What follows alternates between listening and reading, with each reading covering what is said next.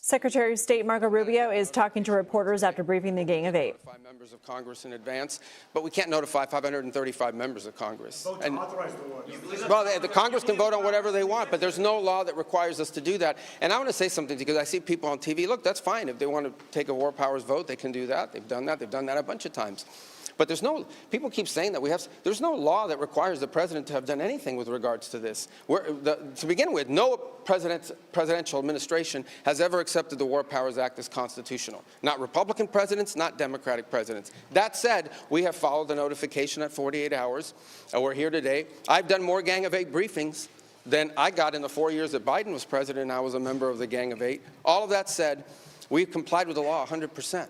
And we're going to continue to comply with it. We've done the notification, and we officially to Congress, but we did notify members of Congress. We just can't notify 535 people. That's not possible, but we did the Gang of Eight twice. I briefed them last week, and then I called them the night before the operation. Secretary, what do you have to say? Can you tell us what you know, Mr. Secretary, that the administration knows about the strike on a building in southern Iran? The Iranians are saying there's a school, reports of large numbers of schools, including children killed. Yeah, I've seen those reports. I would refer you, not because I'm not trying to answer your question, but I don't want to get it wrong. The Department of War would be investigating that if that was our strike, and I would refer your question to them, and I'll make sure they're aware that you have that question. But we'd like to know. Well, clearly, the United States would not deliberately target a school. Our objectives are missiles, both the ability to manufacture them and the ability to launch them, and the one-way attract drones. That would be our focus, and that's what we would be focused on. We would have no interest and, frankly, no incentive to target civilian infrastructure. The Iranians are, on the other hand, targeting civilian infrastructure. You guys have seen it. I'm sure you've seen it. They're hitting hotels. They're hitting embassies. They're hitting airports. They're hitting oil infrastructure. Well, it'd be very tragic, but I can't speak to the details behind it because I just don't have it. It would be a tragic outcome if it's happened. I don't have the details as to what led to it. But what is clear is that the United States would not deliberately target a school. They are, on the other hand, deliberately targeting civilians, as you've seen, because you know why? They are a terroristic regime. They sponsor terrorism and they participate in terrorism. What's your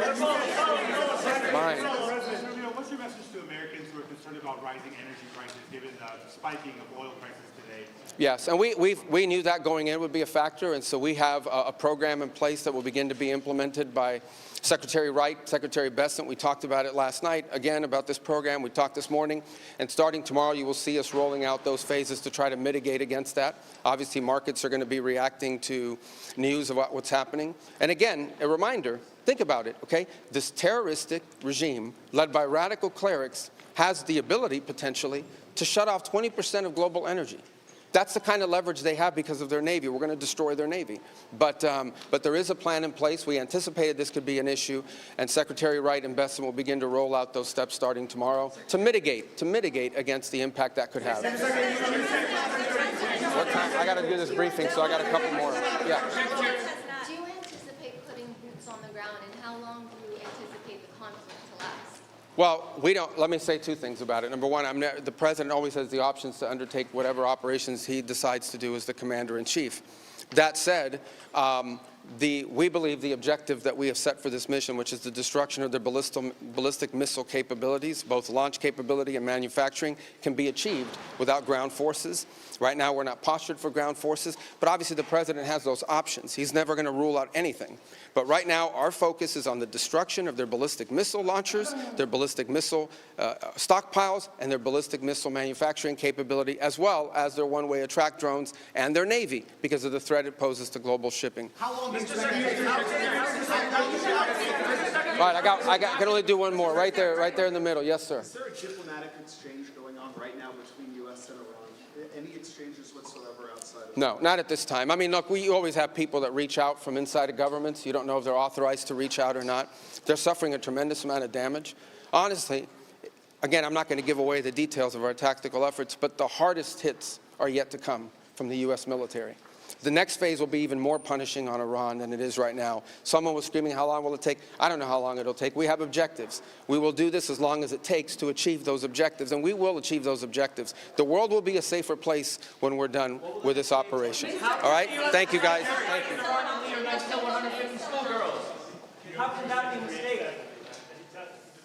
We have been watching Secretary of State Marco Rubio speak after his meeting with the Gang of Eight about U.S. military action in Iran. He reiterated the administration's posture. They do not need approval from Congress for their Operation Epic Fury, that they gave lawmakers the necessary 48 hours notice. And he says he's given more Gang of Eight briefings than he ever got as a senator during President Biden's term. Now, the United States, he said, would never target a school. He said Iran, meanwhile, is targeting civilian sites. This is in response to Iranian officials saying that a missile strike hit a girls' elementary school in the country's south, killing dozens.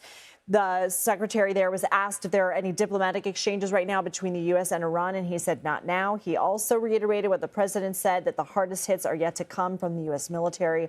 He said, we will do this as long as it takes to achieve our objectives, and the world will be a safer place.